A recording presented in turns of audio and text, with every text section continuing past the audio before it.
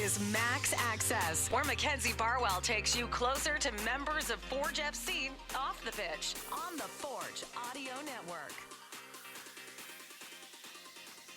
Forge fans, welcome back to the Forge Audio Network. Today is November 27th.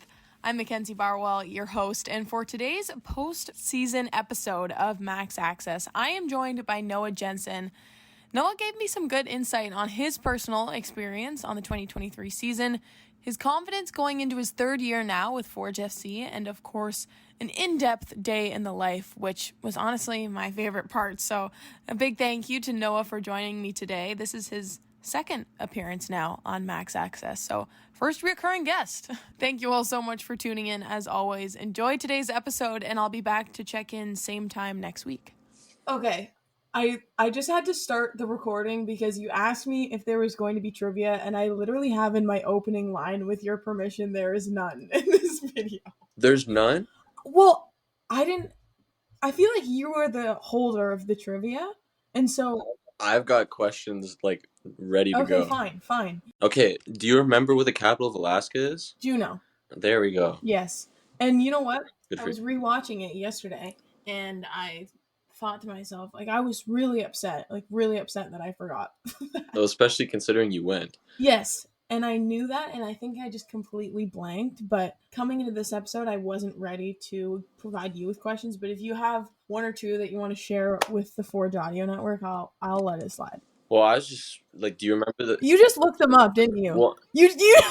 I was looking up who the first president of the United States is, because I was like, if I ask you this again and I get it wrong, then I will not be able to live with myself. Isn't it George Washington? Yeah, there we go. I can delete this off my computer now. Yeah, you said they're off the dome. This is crazy. Okay, do you know what the capital of Sweden is? Shout out to Alex. No, I thought European capitals were easier. Stockholm. Oh, okay, that's enough. Let's get the real show on the road. So this is what's gonna happen. Every time we do an episode, you just repeat the trivia question that I got wrong from the episode before. Just to make sure that we both learn something. Yeah, it's just a constant learning cycle. So I've talked to a few guys now in the postseason, and I've led with two questions. I just asked Kyle, and I like asking this one because I get such different answers, and that is the day in the life. So please, walk me through postseason Noah Jensen's day in the life. Wow.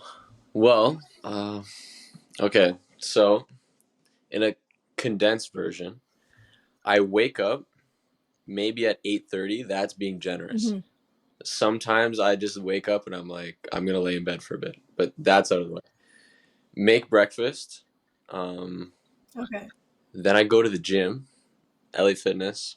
Then, because there's a Panera right across the street pretty much, I go there and I get lunch. And if I'm feeling super productive, I stay there and start doing homework.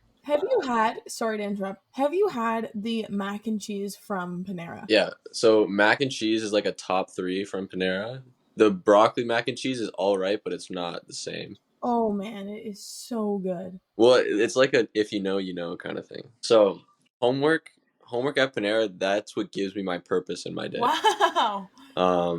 Then maybe I'll stay there for a little bit and read. I don't know. Sounds kind of nerdy of me. And then I come home and I really enjoy making dinner for my parents. So wow, that's what I do. So you're at home right now. Home in Curtis, Ontario, yes. I'm sure your parents love it just as much as you love that. Well, they do, because when I first came back here, they were always stressing out about what they were going to make me for dinner. I was like, why don't you guys have jobs right now? Let me just take care of this. Okay.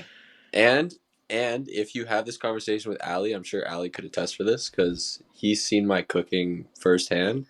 So that's something I'd like to say that I'm good at. That's pretty good. Okay. So remind me who you live with again when you're in season. So myself, Alessandro, Taryn, the English speakers, and then the French speakers, Abu, Woobs, and Kadim. That's a big house. Yeah, we practically had a frat house. That's crazy. Yeah, it was crazy. Is it nice to have a couple months, just the parents, some peace and quiet, or do you kind of miss the chaos that is the frat house of Forge FC? I miss seeing Ali T, all those guys, Woobs, Abu every day. Yeah. every single game day, we had a ritual where all of us, we would go to Sunset Grill and get breakfast together. Yeah, I remember you saying that, actually. So I really missed that. Because that would have been a weekly routine. Yeah, and we started going there so much that they started giving us free food and said, thanks for being, like, loyal customers. Are you serious? I'm dead serious. And it's, like, game day, and they're bringing us, like, chocolate, strawberry chocolate Belgian waffles, and we're like, are we going to eat this? Because it's free. Yeah. But, so I miss them for sure. If you were to ask my parents if they're happy to have me here, it definitely is a no. Really? Especially on Sundays when I sit and watch football, my parents are like, you're doing nothing. So then when I cook them dinner, it's like a peace offering. Okay, you've got it down to a science. Yep. And you asked about my meal rotation. Make it quick. We need to get to the real. We need to get to the real substance of this interview. Yeah, I won't spoil what I can cook. You continue. Are you sure? Yeah, I don't want to give any hints away. Fair enough. Preseason's around the corner, which is kind of funny because I feel like we just blinked and now I'm already talking about CONCACAF and whatnot with everyone. But looking at the 2023 season, before we move on, what are some of your biggest takeaways? Because when I talked to Kyle, we spoke about how obviously those first initial games of the regular season was the best start that you guys have had in club history. And then obviously midway through the season, kind of going through that dry spell that lasted longer than you would have liked. I think a lot of guys would attest to the fact that it was needed in terms of maybe a reality check and to kind of set a fire under you guys. So with that said, what do you think was important about having those kind of ebbs and flows during this season, and what are you taking from that going into the next one? I think especially last season, you can really see how 28 games turns into a really large learning curve. And, you know, on one hand, we want to say that, like, we were able to play our best when it mattered.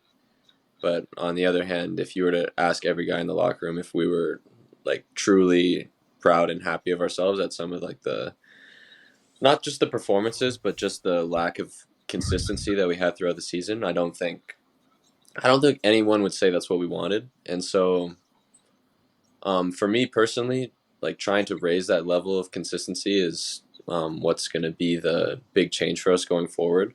Obviously, throughout a season, like, you can't win every game. You can't expect to play your best every single game. But, you know, there's going to be some games where it's not your day and you just have to stick together as a team and grind it out. And sometimes we were able to do that, but other times, you know, we're on the wrong end of those results. So I think if we can be more consistent as a team, not only just in our togetherness, but also in our performances, I think putting together a full 28-game stretch of dominance is what we strive for. Yeah, there were some games I think that I could tell you guys came into the locker room happy with, even though maybe that consistency wasn't there. But I asked Seba this actually too, and I'm interested to hear your opinion. Can you point out a performance, or maybe not even a specific game, but times where you did feel like this team was putting their best foot forward during the season? I'd say, like, the first leg that we played in Calgary in the playoffs, or not the first leg, the semifinals. I don't really know what you even call that. But the first half of that game, that was probably as, like, solid as we've been, I would say, even though the first 5 minutes we were easing our way into the game. But it was just one of those games that we kind of had control of. I think when we played Pacific away in the middle of the season and we beat them 2-0, I think that was the game for 70 minutes that we just completely dominated them. But like, those tight games, what it turns into is when we score early, then the onus is on the other team to try and do something, and so they end up having more of the ball, and that's not really, like, our style. Right. But I couldn't really tell you a game that we just, like, went out from the first whistle, dominated possession, dominated the ball, and won. So that's something that, you know, everyone on our team can look at and see that as a way to improve for next season. Yeah. I think most of the wins actually came from not scoring first. So, but I do want to focus on your role specifically, because in watching the content from the 2023 final and also 2022, I noticed some similar storylines. It's not like the first time that you've stepped up when you've been called upon. And last year, KJ did an interview with Kyle in the locker room, and I think said something along the lines of, Noah came into this game and played your role. How important was that? And Kyle was honestly just like, it wasn't my role. He just played Noah's role. So knowing that you've accumulated this much experience and you've had as influential of a role as you have. How do you feel like your game has evolved since playing with Forge and like your confidence going into this next season?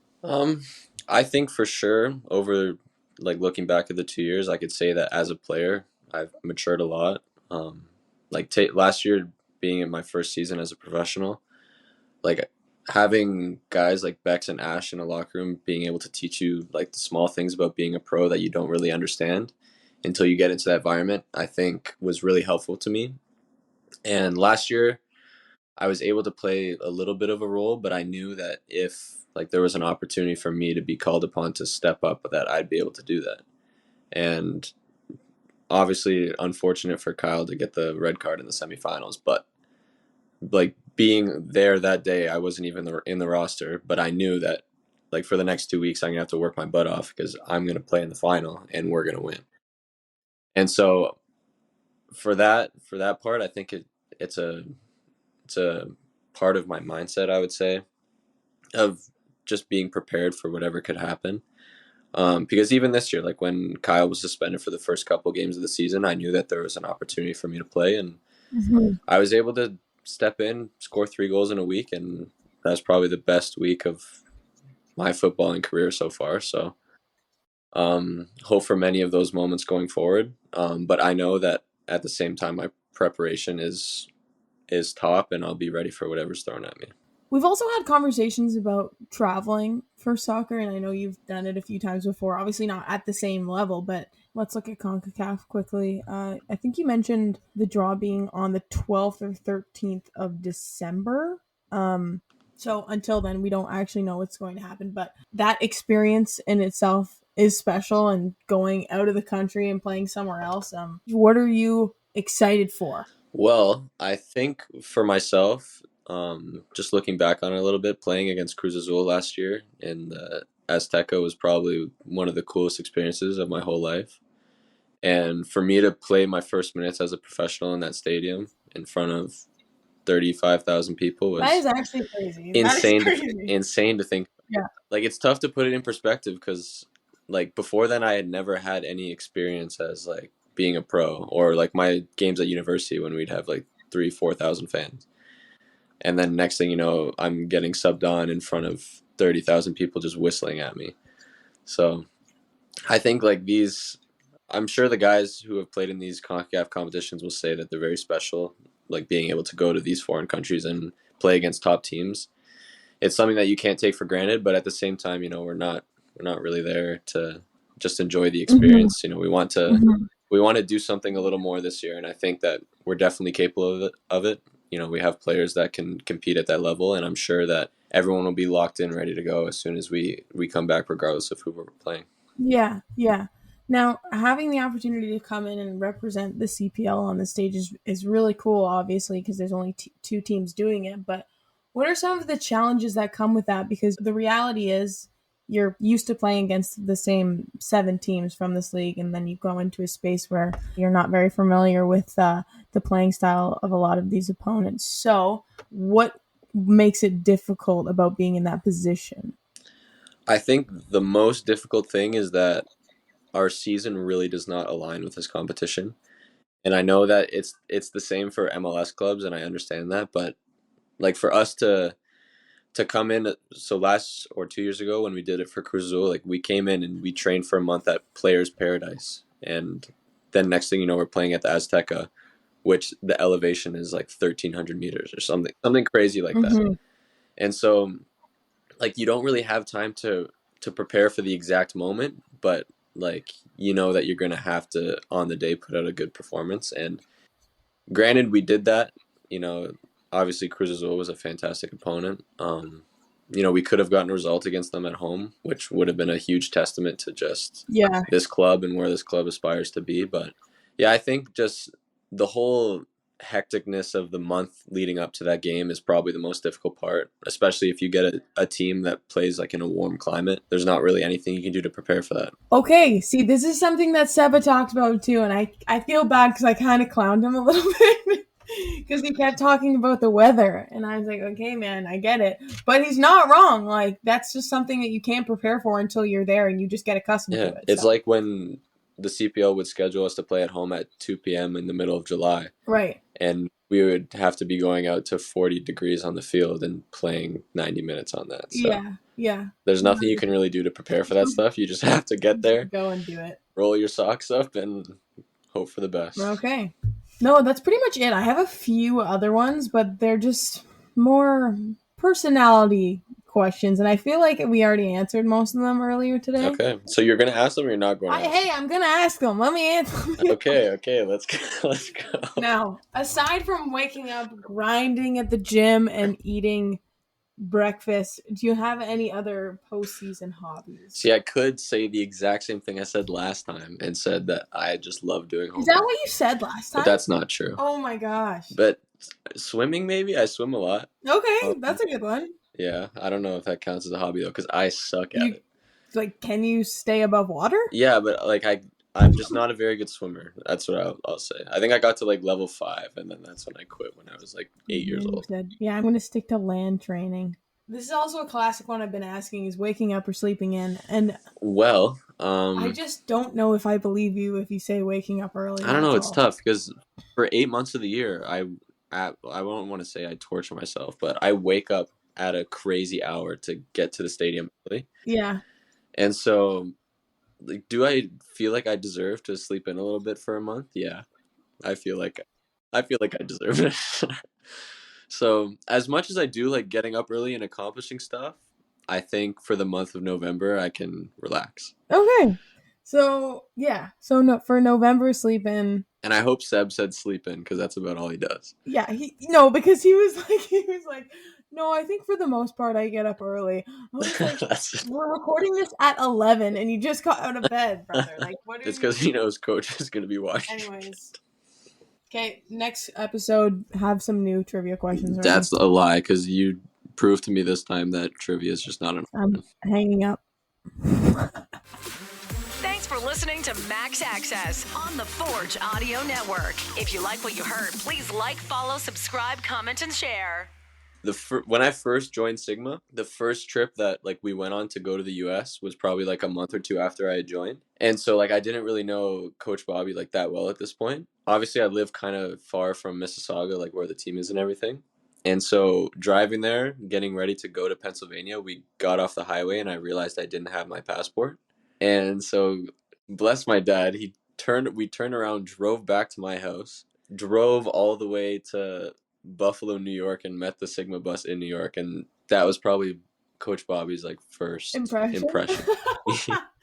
So, are you serious? Yeah, that's another personality story, I guess. That's crazy. But you know what? I've never forgotten my passport ever again. So how long after you realized you didn't have your passport did you tell your dad? Like, how long did you wait? Because it was like 5 minutes. yeah. Because you're just. I was like, how am I supposed to tell him that I extremely messed up?